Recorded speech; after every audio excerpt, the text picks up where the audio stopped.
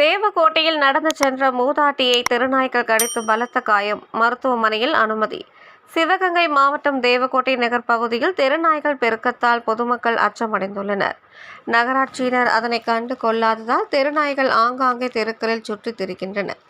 சாலையில் செல்லும் சிறுவர்கள் மற்றும் முதியவர்களை நாய்க்கடியால் பாதிக்கப்பட்டு நாள்தோறும் அரசு தலைமை மருத்துவமனைகள் சிகிச்சை பெறுவோர் அதிகரித்து வரும் நிலையில் ஜூலை 23ஆம் தேதி மாலை 4 மணி அளவில் அழகாபுரி நடுத்தெருவில் தனியாக வசித்து வரும் பஞ்சவர்ணம் வயது 70 என்ற மூதாட்டி அதே பகுதியில் சாலையில் நடந்து சென்றபோது 3 தெருநாய்கள் சேர்ந்து கடித்து கைகளில் பலத்த காயம் ஏற்பட்டு 108 ஆம்புலன்ஸ் மூலம் தேவக்கோட்டை அரசு மருத்துவமனைக்கு சிகிச்சைக்காக அனுப்பி வைத்து சிகிச்சை பெற்று வருகிறார்.